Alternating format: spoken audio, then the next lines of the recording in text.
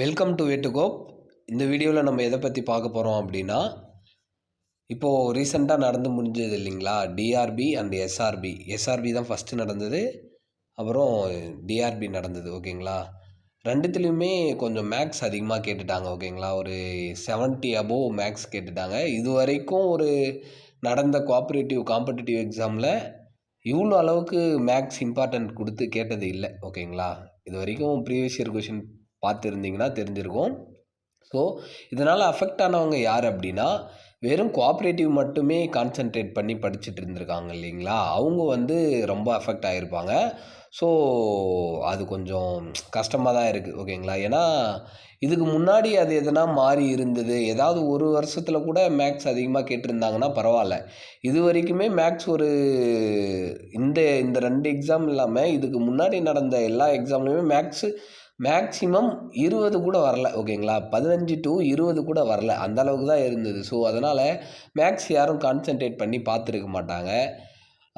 அது கொஞ்சம் ட்ராபேக்காக இருந்தது. மற்றபடி மேக்ஸ் எல்லாமே போடுற மாதிரி ஈஸியாக தான் இருந்தது. ஓகேங்களா, ஆனாலுமே ஒரு கொஷினுக்கு 70 கொஷின். ஓகேங்களா, ஒரு கொஷின் ஒரு நிமிஷத்தில் சால்வ் பண்ணால் கூட 70 நிமிஷம் போயிடுச்சு. 180 நிமிஷத்தில் 70 நிமிஷம் போயிடுச்சு. ஓகேங்களா, அப்போது டைம் மேனேஜ்மெண்ட்டு ரொம்ப கன்சியூம் ஆகிருக்கும்.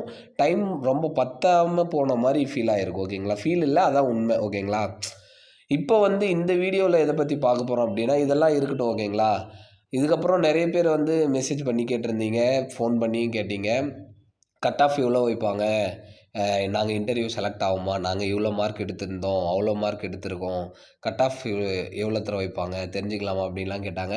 கட் ஆஃப் எவ்வளோ வைக்கிறாங்கன்றது எந்த யூடியூப் சேனலுக்குமே தெரியாது. ஓகேங்களா, இவ்வளோ தான் கட் ஆஃப் வைக்க போகிறாங்கன்னு எந்த யூடியூப் சேனலுக்குமே தெரியாது. ஓகேங்களா, அது தெரியாத ஒன்று தான், எங்களுக்குமே அது தெரியாது. அது வந்ததுக்கு அப்புறமேட்டுக்கு தான் தெரியும் எந்த அடிப்படையில் அவங்க அந்த மார்க் எடுத்திருக்காங்கன்றது. அது அந்த போர்டுக்கு மட்டும்தான் தெரியும். ஓகேங்களா, நீங்கள் எவ்வளோ மார்க் எடுத்திருந்தாலும் ஓகே, உங்கள் மார்க்குக்கு ரிசல்ட் வந்துச்சு, இன்டர்வியூ கால் பண்ணுறாங்க அப்படின்னா நீங்கள் ப்ரிப்பேர் ஆகுங்க. ஓகேங்களா, இப்போவே உங்களுக்கு ஒரு நம்பிக்கை இருக்குது, இல்லை இதுக்கு முன்னாடி வேலைக்கு போனவங்க எங்களுக்கு சொல்லியிருக்காங்க, எங்களை இவ்வளோ மார்க்கே போதும் இன்டர்வியூ படின்னு சொல்கிறாங்க அப்படின்னா படிங்க. படிக்கிறத பொறுத்து தப்பே இல்லை. நம்மளை பொறுத்த வரைக்கும் எஜுகேஷன் எந்த வகையிலுமே நம்மளுக்கு சப்போர்ட்டு தான் பண்ணும். ஓகேங்களா, அதனால் படிக்க வேணாம்லாம் சொல்லலை. இன்டர்வியூ ப்ரிப்பேர் ஆகிறதா இருந்தால் ஆகுங்க. ஓகேங்களா, ஆகக்கூடாதுன்னு சொல்லலை. இவ்வளோ மார்க் தான் கட் ஆஃப்னு யாராலுமே சொல்ல முடியாது. 130 தான் வைப்பாங்க, 100 எடுத்தவங்களாம் வேலைக்கு போயிருக்காங்க, 90 எடுத்தவங்களாம் வேலைக்கு போயிருக்காங்க அப்படின்லாம் கேட்குறாங்க. ஓகேங்களா, 90 எடுத்தவங்களாம் வேலைக்கு போயிருக்காங்க, எங்கள் மார்க்குக்கு கிடைக்குமா அப்படின்லாம் கேட்குறாங்க. நம்ம எதுவுமே சொல்ல முடியாதுங்க இல்லைங்களா, நம்ம ஒன்றும் போர்டு வச்சில்ல, டிஆர்பி போர்டோ இல்லை எஸ்ஆர்பி போர்டோ வச்சில்ல. அவங்களுக்கு தான் அது தெரியும், எந்த அடிப்படையில் எடுக்கிறாங்க அப்படின்றது எல்லாமே அவங்களுக்கு தான் தெரியும். உங்களுக்கு நீங்கள் எடுத்திருக்க மார்க்குக்கு இன்டர்வியூ கால் வந்தால் நீங்கள் இன்டர்வியூ ப்ரிப்பேர் பண்ணுங்கள். ஓகேங்களா, இந்த வீடியோ முக்கியமாக எதுக்கு அப்படின்னா, டிஆர்பி ஆன்சர் கீ விட்டுருக்காங்க, அந்த ஆன்சர் கீ சேலஞ்ச் பண்ணுறதுக்கு. ஓகேங்களா, ஏதாவது அப்ஜெக்ஷன் இருந்தால் அந்த அப்ஜெக்ஷனை நம்ம சொல்கிறதுக்கு ஒரு 3 நாள் டைம் இருக்குது. ஓகேங்களா, அந்த 3 நாளுக்குள்ளே அந்த அப்ஜெக்ஷனை நம்ம இது பண்ணிடணும்.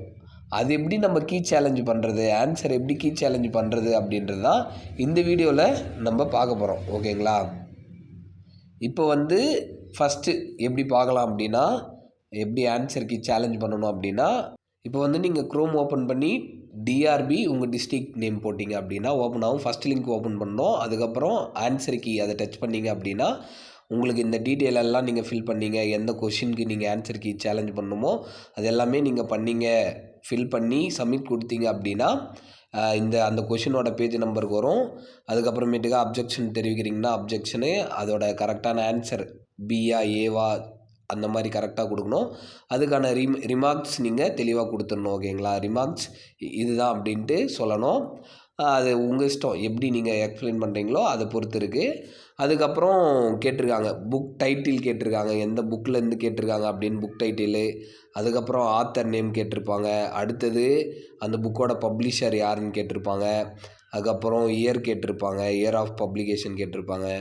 அப்புறம் எடிஷன் கேட்டிருப்பாங்க, பேஜ் நம்பர் கேட்டிருப்பாங்க, அந்த எந்த புக்கோட பேஜ் நம்பர் கேட்டிருப்பாங்க. அடுத்தது ஒரு பிடிஎஃப் ஃபைலாக 3 MBக்குள்ளே ஒரு பிடிஎஃப் ஃபைலாக நீங்கள் அப்லோட் பண்ணணும். ஓகேங்களா, 3 MBக்குள்ளே ஒரு பிடிஎஃப் ஃபைலாக அப்லோட் பண்ணிங்க அப்படின்னா அப்லோட் பண்ணி சப்மிட் கொடுத்தீங்க அப்படின்னா உங்களுக்கு வந்து அக்னாலேஜ்மெண்ட் ஓப்பன் ஆகும். இது ஸ்க்ரீன்ஷாட் எடுத்து வச்சுக்கோங்க. ஓகேங்களா?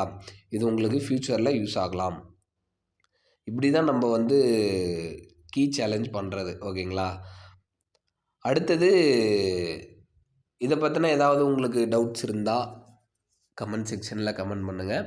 ஏன்னா நிறைய பேருக்கு நிறைய விஷயங்கள் இருக்கும். ஓகேங்களா?